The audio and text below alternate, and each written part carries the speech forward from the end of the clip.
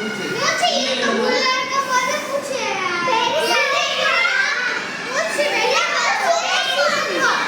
எப்படி இருக்கும்? இதுக்குள்ள என்ன இருக்கு? காற்றறைகள், காற்று சிற்றறைகள் இருக்கு. இது என்ன குழல்? மூச்சுக்குழல். எங்க இருந்து வருது? மூக்குல இருந்து நாசிக்குழல் வழியாக இல்லையா? ஆமா, இந்த வழியா தான் போகும். மூச்சுக்குழலும் வாயில் உணவுக்குழலும் ஒரே வழியா தான் போகும். 2 குழாய் போகும்.